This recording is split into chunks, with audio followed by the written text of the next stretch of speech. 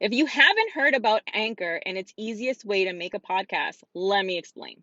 It's free. There's creation tools that allow you to record and edit your podcast right from your phone or your computer. Anchor will distribute your podcast for you so it can be heard on Spotify, Apple Podcasts, and many more. You can make money from your podcast with no minimum listenership. It's everything you need to make a podcast in one place. Download the free Anchor app or go to anchor.fm to get started. Hello, welcome to another episode of The Rookie American. I'm your girl, Lisette Carter. How are you? Listen, today we're going to get into the truth about BLM. Oh, I know people are tired about talking about this subject, tired about talking about racism, but you know what? People got to know the truth. I am just an average citizen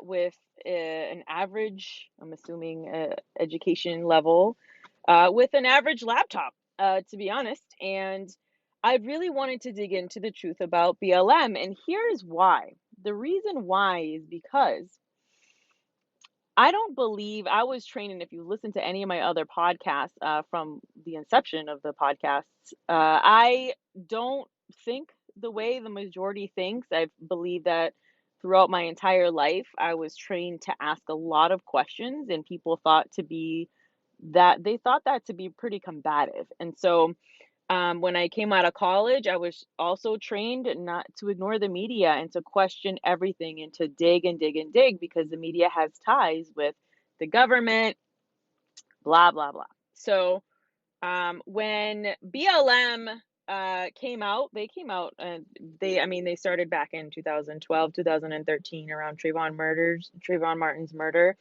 That was the inception of BLM. Now, I didn't not that I didn't care, but I didn't look any deeper into that. Um, I personally didn't like Obama. I never voted for him. Just we weren't on the same page when it came to belief systems, policies. I didn't like any of his policies. I believe that a lot of people voted for him because he was black, and I vote for people based on their character and their policies and not necessarily the color of their skin. And I get that's a big deal, and I know a lot of people are going to be really mad about that, but that's just me. That is my opinion. So I went to dig on BLM, and I looked on their website. I looked up their founders, what they believed in. And it's actually really alarming when you look at some of the policies that they're pushing in correlation to this election year and, the way our government is today, what these people believe in. And it's no joke. Listen, this isn't about Black lives when you look at the root of it. And so I want to again say, I believe all people, I believe all Black people should live. I'm not a racist. In case you don't agree with something and you decide that I am, I actually got the other day. I got it all the time. I'm a race traitor. I'm a racist. I'm all big. I get all kinds of names because of my conservative Christian beliefs. And the other day, I actually got one from a girl who I stated a fact because that's what I like. I like facts. I don't like to just say hearsay.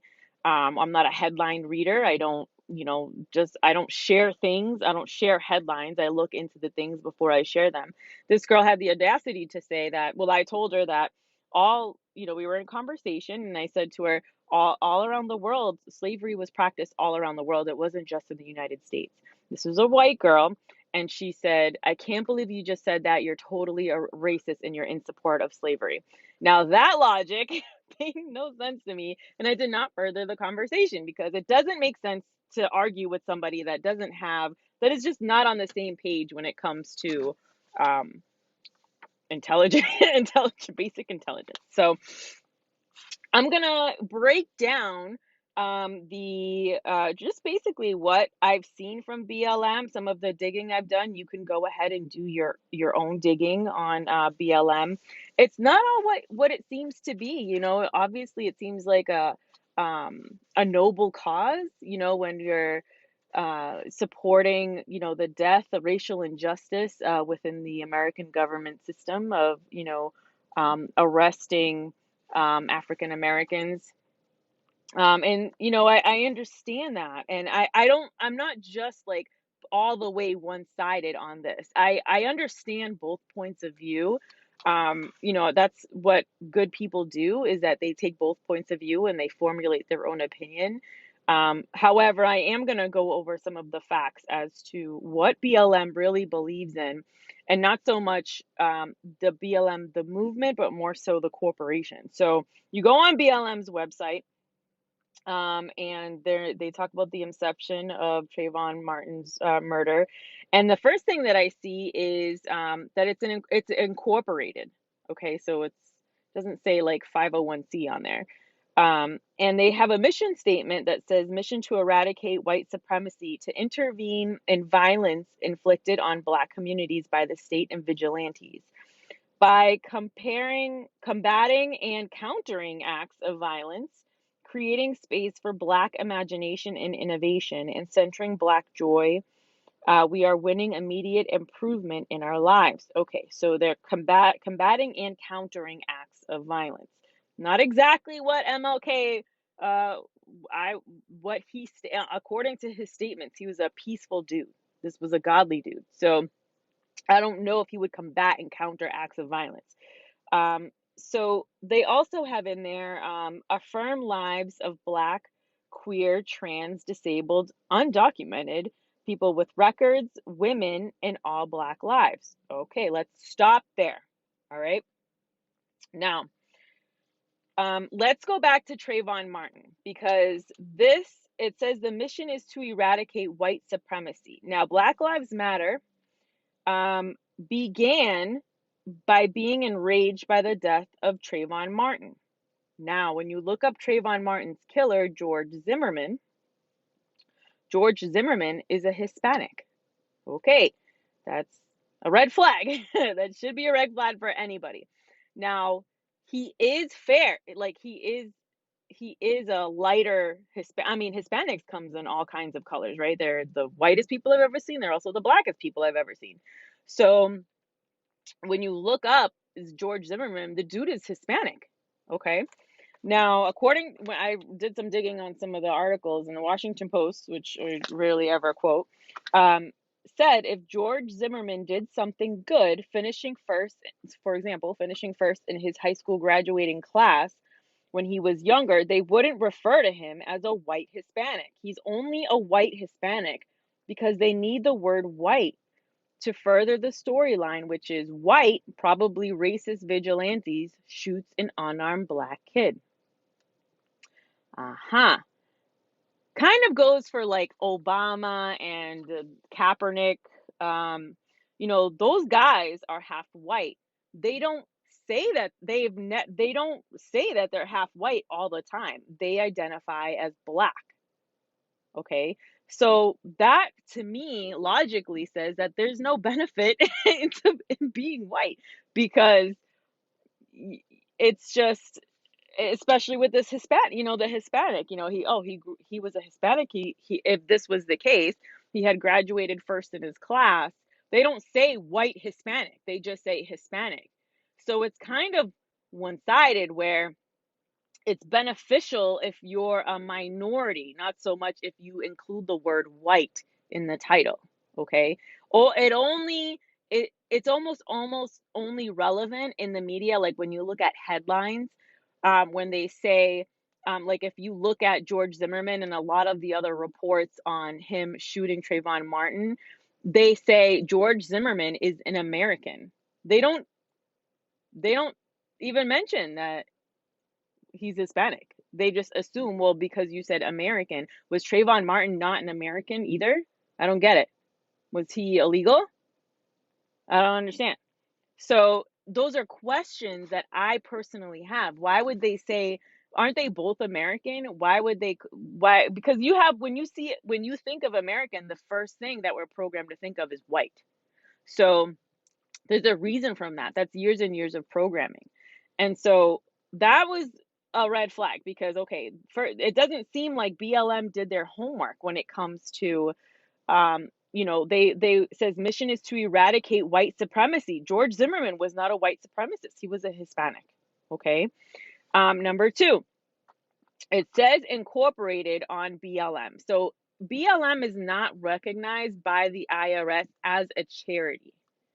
They actually raise money under the fiscal sponsorship via Act Blue, and Act Blue sends the money to this company called Thousand Currents. Okay, so there was an audit in 2019 that held 3.4 million in assets for BLM, and they out of that they released nearly 1.8 billion to consultants and for salaries. All right, now you think about it. There's a movement called BLM. They're getting right now into 2020, hundreds of millions of dollars in donations. And you've got to ask yourself, where are they going? I've never actually seen a report that said BLM gave money to this for this funeral, for Trayvon Martin's funeral expenses. Maybe there is. I personally haven't seen it. Or BLM gave money to clean up this community, or BLM activists are going out and they're picking up trash in LA. Or the needles in LA. BLM is going out to Chicago and they're putting centers for kids to give them an option to go to after school so they're not running the street. You know what I'm saying? Like, I've never actually heard of BLM doing anything outside of being around election year. Like, I haven't really heard of them until there's an election, which was 2012-ish. So those are questions that you got to ask yourself. Where is all of this money going? And so when you look up Act Blue, that was a red flag, because I was like, wait a minute. So they had over a billion. When you look up where their money is going, they had over a billion campaign contributions to Democratic politics. I've never heard. Where is the money going? And when you look at those pages, it's super easy to find. Like, it's not that hard to find Act Blue and where all their money is going. It's not. It's literally going to fund the candidates, the Democratic candidates. Okay, so also, since I had stopped halfway down the page for BLM on the website, it says mission to eradicate white supremacy. Now, I have really never, me personally, being Puerto Rican, and a lot of my black friends, my minority friends, I want to be super clear about this. I get this all the time. Just because it hasn't happened to you doesn't mean it doesn't exist. I usually get that phrase.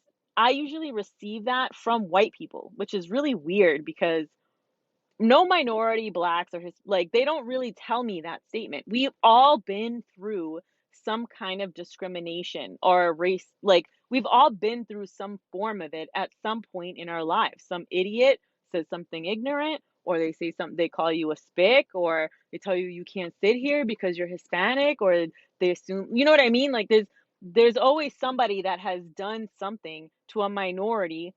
I mean, I'm not saying it's never happened. It's happened to me, but not on the level where we're being lynched. Not like back in the day where they were lynch people from trees. It's not at that level. So most minorities and Hispanics, or blacks that go through that, it's kind of like an unspoken thing where you're like, that's an ignorant thing to say. Makes me feel bad for a little bit, but I keep living my life. It's not like there are laws that are here that work against me. So it's always an unspoken thing where you just overcome it. It's part of your story, right? So when they're talking about mission to eradicate white supremacy, I'm like, wait a minute. Zimmerman wasn't a white supremacist, first of all. Second of all, I've never encountered anybody that was a white supremacist. I've never walked out of my door and seen the KKK. So when you look up the KKK and how it was founded by Nathan Beardford Forrest, who was a Democrat, which all of the KKK, by the way, they were Democrats. So KKK was, and I know it's hard to believe, but you can look it up. The KKK was formed by the Democratic Party. And the role was to basically do outside of the legal system, what couldn't be done inside of the legal system. So when you look at, and it's terrible what they did. It's terrible what they did to blacks and minorities. But when you look at the facts and statistics, in the 90s, there were only 5,000 KKK members. In the 2000s, according to the FBI, there was only 2,000. So in the whole United States, like millions and millions of people in the United States, and there's 2,000 KKK members. So it makes you wonder, like, where, like, I understand that there are not good people in the police department. There aren't good doctors out there that, I mean, forget about if we even get on malpractice, forget up like that's a whole nother that's a whole nother conversation. But there are people that are there are not good people in every aspect of life, okay? So I'm not saying that these people don't exist. Yes, something has to be done about them, but when you look at BLM's motives, it's not exactly a pure motive that they have.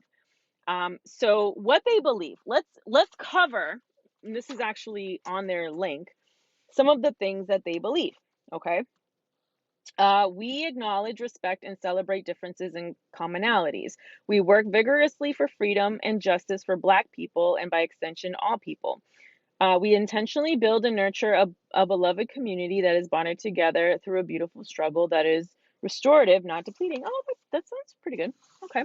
We are unapologetically Black in our positioning. In affirming the Black Lives Matter, we need not qualify our position. To love and desire freedom and justice for ourselves is a prerequisite for wanting the same for others. Okay. We see ourselves as part of a global Black community. We are aware of the different ways we are impacted or privileged as Black people who exist in different parts of the world. We are guided by the fact that all Black lives matter, regardless of actual or perceived sexual identity, gender expression, economic status, ability, disability, religious beliefs or disbeliefs, immigration status, or location. We make space for transgender brothers and sisters to participate and lead. We are self reflexive and do the work required to dismantle cisgender privilege. Uh-huh, and uplift Black trans folk, especially Black trans women who continue to be disproportionately impacted by trans anti-Gnostic violence.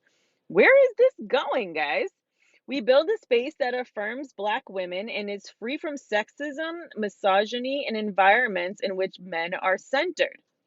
Aha. We practice empathy. We engage comrades with the intent to learn about and connect with their context. Okay, let me repeat that. We engage comrades. When have you ever heard that word before anywhere? Okay, I just wanted to put a little flag on that. We make our spaces family friendly and enable parents to fully participate with their children. We dismantle the patriarchal practice that requires mothers to work double shifts so that they can mother in private even as they participate in public justice work. We disrupt the Western prescribed nuclear family structure requirement by supporting each other as extended families and villages that collectively care for one another, especially our children, to the degree that mothers, parents, and children are comfortable. How come it doesn't say mothers and fathers? It says mothers, parents, and children are comfortable. We foster a queer affirming network. When we gather, we do so with the intention of freeing ourselves from the tight grip of heteronormative thinking, or rather, the belief that in the world there are heterosexuals unless he or they disclose otherwise. What? We cultivate an intergenerational or communal network free of ageism. We believe that all people, regardless of age, show up in the capacity to lead and learn. We embody and practice justice, liberation, and peace in our engagements with one another. Practice and justice, liberation. Like, okay, so this is what they believe. How this, I don't see a lot on here about um justice, like justice within the justice system. There's a lot on here about transgender brothers and sisters. There's really nothing on here about defending the Black man, okay? Like, let me be clear. These people, from what I gather here, They're anti-nuclear family. It says it on their About Us site, which means they don't believe in the mother, father, and children. They don't believe that. They want to remove the fathers, the black fathers from this. It does say all lives, but it does constantly say trans, women, queer, all that. It does not say at all men. This is like, I don't know, but this is not a movement for men. Okay? That's what it says. You can go on the website and reread exactly what I just read to you. Okay? And mind you, this also has no scripture. It doesn't say anything about Jesus Christ. Doesn't say anything about religious anything. This has nothing to do with the Bible. Okay, so I just want to let you Christians know that everything that I've explained here are actually against biblical beliefs. Just want to put that out there. All right. Now, let's look at some of the leaders and the co-founders. We have Patrice Cullors, Alicia Garza, and Opal Tomati. These are all women. I believe most, if not all of them, are lesbian women or whatever they identify as. They don't like men. However, I did find something super interesting is that I've been seeing that Patrice Cullors, she had mentioned that her and Alicia are trained Marxists. Okay. People take that super lightly. They don't know what that means. And there's evidence that she's actually has ties with Nicolas Maduro, who is um, Venezuela, like one of the four, I think he's a former president or the current president of Venezuela. Venezuela was actually one of the richest countries in um, Latin American country or Latin countries. And because of the socialist communist policies and the government that they have now it's like it's like bottom. I mean, people are eating their dogs over there. So it's pretty crazy to see what socialism and communism has done to that country. And these women have studied under him. Now, here's why. Let's dive into a little bit as to what what is Marx?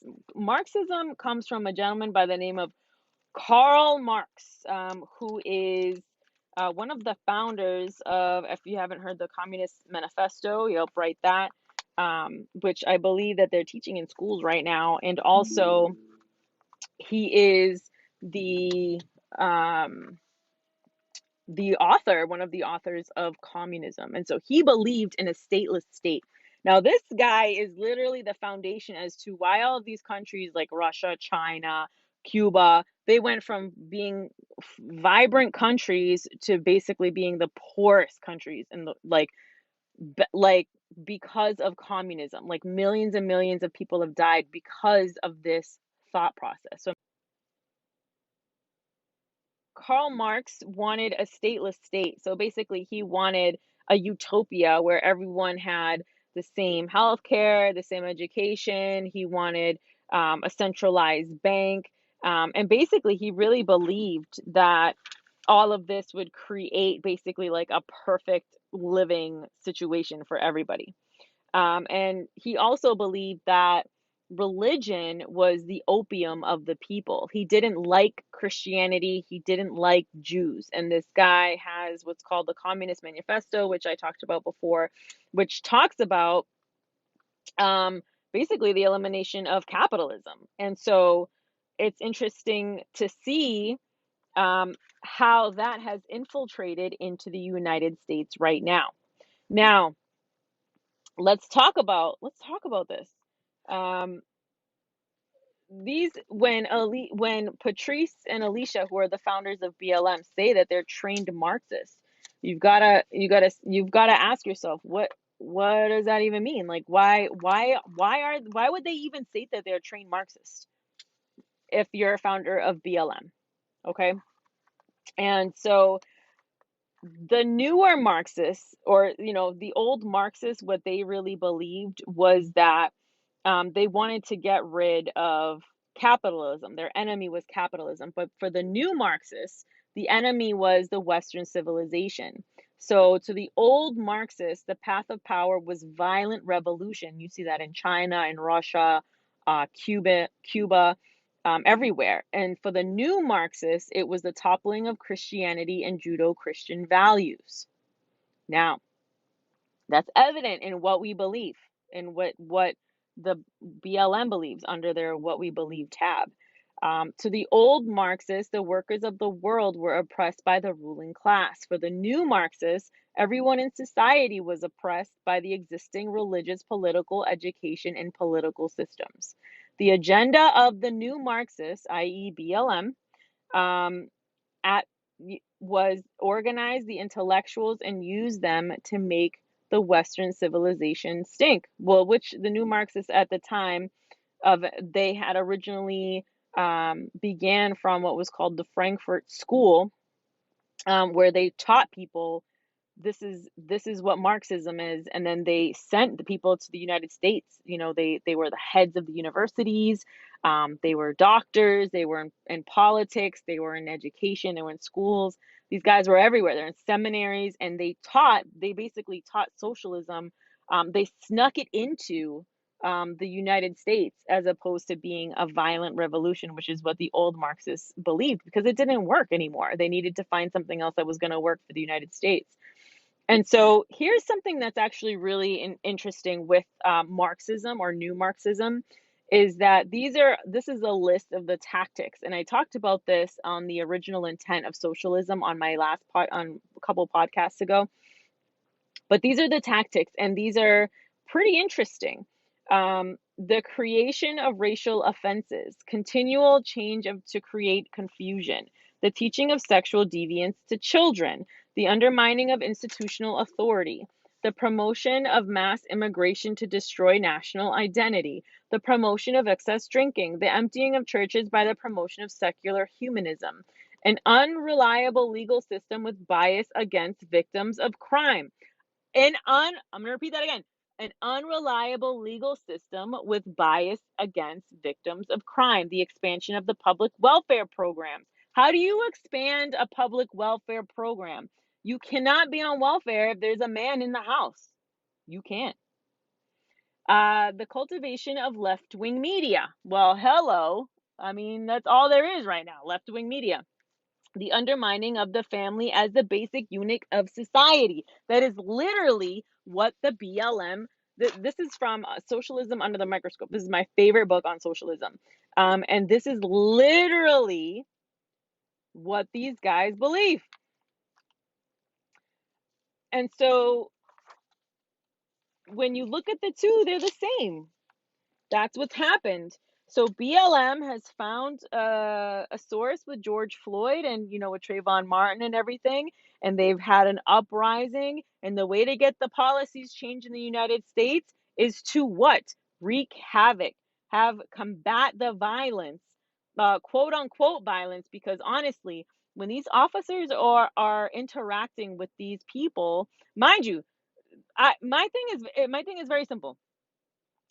Don't commit a crime, don't get in trouble. I'm not saying that doesn't warrant that. Obviously, you shouldn't get shot over that, but we don't know all of the information when the media or somebody on social media shares a video. We don't know how many times the dude was tased. We don't know why the cops showed up there. We weren't there. We really don't know. And I'm not being like super like I'm pro order, obviously, but there's two sides to the story, and the fact that all of a sudden we've deemed ourselves investigative journalists, like we're all of a sudden we're we're FBI agents with a history in how to investigate crimes or investigate situations like this. It just we can't be emotional about these things when we see them because we don't have all of the information. And the reason why I say that is because they've taken these things, these headlines, they've capitalized on them to change the policies that are happening right now with defunding the police. That's just the start of that. When you look at what the policies that BLM believes in, it's an M4BL policies written. .com, m4bl.com. This is a partner company from BLM, and these are the policies that they've written. I've seen the policies that they wrote in 2016. They're no longer there. The ones that were there and that have been rewritten into 2020 are crap. The ones that were written in 2020 are defunding the police, obviously reallocating the funds from the police back to the community, demanding Black community leaders, demanding that they're the ones in charge of the spending. And then in the 2016, their policies were pro-abortion. They policies were pro illegal immigration. They don't want borders, among other things. And so you've got to realize that the reason why there's so much havoc right now isn't necessarily to get rid of the injustices within the justice system. They exist. I'm not saying that they don't exist, but these other policies that they've kind of snuck in underneath, that they're advocating for, not they're advocating, they're demanding it right now, have, like, what do they have to do with what do they have to do with what is trans, queer, what does all of that have to do with um what happened to, like, a white cop being a racist towards a Black person, which rarely really is the case. If you look up the statistics under the FBI, there are more white people, unarmed white people, criminals, well, not some criminals, that are shot by police than Blacks. That's a fact. Like, it's a fact. You can look it up. I don't care how many people spin it. More white people die at the hands of cops than Blacks. That's a fact. So, you know, when you look at the statistics of what's happening and you look at the facts, what do these people believe in? Where is the money going? What kind of policies are they pushing? Do they line up with your beliefs? They also were proteges of Eric Mann, who was part of a domestic terrorist organization. There's also evidence of these women on a call, like I've seen this. It's like I don't know, it's like a Zoom call or something, where they're being interviewed and they talk about practicing witchcraft. Listen, this is not about racial injustice. I don't care how many people tell me. I get it. You want Black people to live, but you've got to look at what else is going on here. Now, um, when you look at the Democrats, their policies, like, let's say if you look at some of the bills and the policies they push, Joe Biden put a ton of people. I mean, he advocated for the 1994 crime bill. Look that up. Kamala Harris, she defended a three strikes law that put 12 times higher incarcerated Black people, 12 times higher than whites in California. These are policies that you need to look at. This isn't my opinion. These are straight policies that Black Lives Matter is pushing and that the Democratic Party believes in pushing and infiltrating into the United States. And I want to read one last thing to you then. This thing, I'm actually obsessed with this. I want to, like, write this on my wall because it really does motivate me. But you've got to understand. So I'm going to start here. After Moscow in 1920s, Antonio Gramsci discovered the vast majority of Russians had not embraced socialism. The reason for this failure, Gramsci realized, he's a communist, was because was lodged in the fact that the Russian people still clung to their tenets of Christianity and continued to believe that the kingdom of God was not of the world, and the salvation from the sins of greed and the corruption resided in Jesus Christ, not the communist state.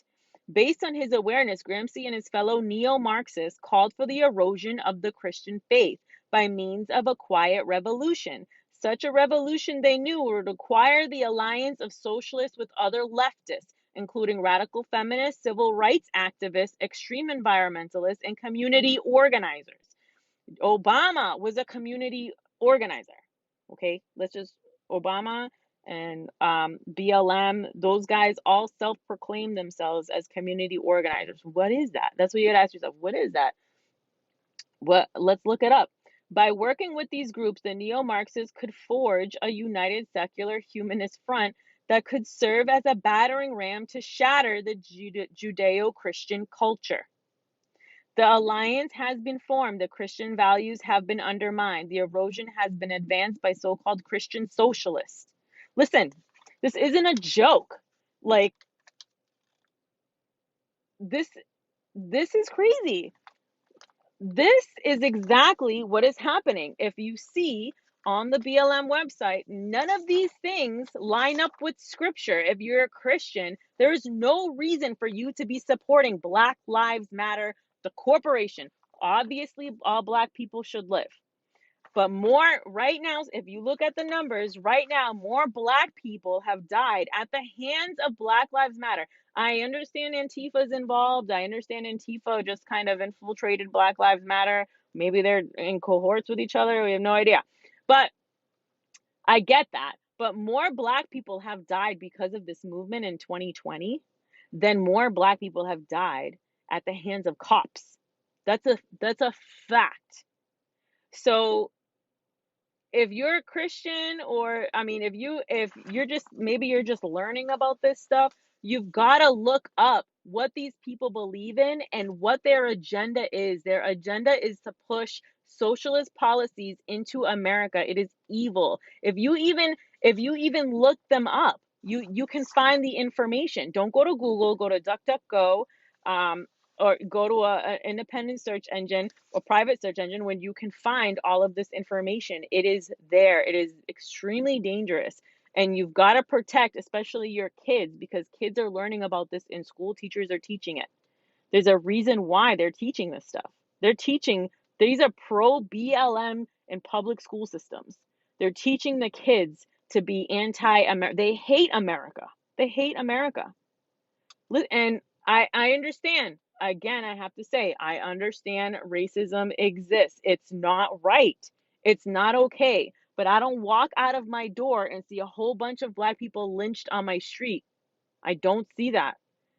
There are countless stories of people that have encountered racism and discrimination, and they are doctors, they're lawyers, they run companies. They never allowed those stupid things to get in the way of. There's no law saying that you can't achieve what you want in America. I don't give it. I almost cussed. I don't care what LeBron James says. LeBron James is a freaking millionaire. Might be at the expense. It might be because of communist China, obviously. But LeBron James can sit there and say there's no justice for Black people while being a Black person in the NBA, millions and millions of dollars that he makes off of endorsements, while they're Chinese kids making pennies off of making his shoes in China. You want to advocate for Black people. You're literally a shining beacon of hope for Black people to make it in the NBA, to make it in this world. Yet you're telling them that they're oppressed. Give me a freaking break. I'm so sick of this. I know I'm going on a rant right now, but give me a break. When I grew up, my parents told me about the injustices that were in the United States that they encountered growing up. They encountered that stuff so I didn't have to go through it, right? I don't have to go through half of the stuff that they went through when they first came here from Puerto Rico at all, by any means. And you know what I saw? You know what I focused on? I didn't focus on the fact that they had gone through those injustices and I'm owed something, which by the way is another policy that BLM is an advocate. They're demanding. They're demanding reparations, which means that white people are responsible for paying Black people a sum out of taxes, I'm assuming, because I don't know how that would work, a sum for the generational slavery. That is literally the most anti-biblical policy that there is right now that they're pushing. Why? Because it's not forgiving. How do you know? My husband's white. How would my husband even know that he owns slaves? Why should he be responsible for paying a Black person who doesn't know if their ancestors came from slaves, as a means of, hey, this should make up for the fact that this is a real thing, that this should make up for the fact that your ancestors were slaves and my ancestors maybe or maybe not had them. Come on, that is literally, those people did nothing. My husband did nothing. White people right now that are not racist, that are real good-hearted men, men and women, they don't they shouldn't be held responsible for generational things that may or may not have happened in your family. That is literally if that is a policy that BLM is pushing. An anti-Christian script that's scriptural. That is not forgiveness in any way. You're going to burn down buildings and kill people because you want reparations? Come on. Come on, people. Use your heads. This is not about racial injustice. This is about pushing socialist policies and pushing God out of America, period. That's what it's about. Because I've never seen, I've never, up until Antifa does it, you see it on TV, not all stations, but one of them, uh, you know, talks about it. But I've never seen a racial act, and it doesn't mean it doesn't happen. But you can be anything you want to be in America right now. You can. That's why people come here on rafts, because they want to escape socialist countries, and they want to have the freedom to do whatever they want. There are no laws that are against any kind, outside of the one Joe Biden and Kamala have put into office. But there are no laws that say black people, Hispanic people, Asians, Indians, whatever. There's no laws against them where it says that they cannot accomplish whatever they want. And don't be deceived by the media. Don't be deceived by the hype on social media when people get emotional about racism when they know nothing. They know nothing. They don't do the homework on what BLM is. I'm sick and tired of white people telling me, oh, just because it didn't happen to you doesn't mean it doesn't happen. We need to have a white privilege workshop.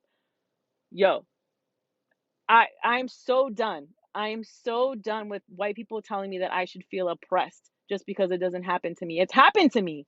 It's just I don't make it a big deal. I don't focus on it. It's not my life. I've accomplished everything that I wanted in my life. I'm a stay-at-home mom. I have real estate investments. I have a good family. I'm married to a great husband. We make as much money as we want. I've never had anybody beat me down or shoot at me because of my race. Don't let people magnify those small things that aren't right and make them into something that is enormous. Don't let them magnify those things. Don't let them keep you from what you're supposed to be doing here on earth and speaking up for those people, speaking up for what's right, speaking up for the scripture. God said that we're supposed to spread the gospel. Mind you, you're preaching BLM at church. Give me a freaking break. Are you serious right now? What are you doing? You're not even looking up what Marxism is. They don't like Christians. They want to get rid of Christianity in the United States. They want to get rid of capitalism. If you don't like that, go to another country. Figure out what they're experiencing over there. Go live there for some time. You can't say what you want. You can't make as much money as you want. They're poor countries. This is the land of the free. This is where you pursue all of the things that you want to pursue.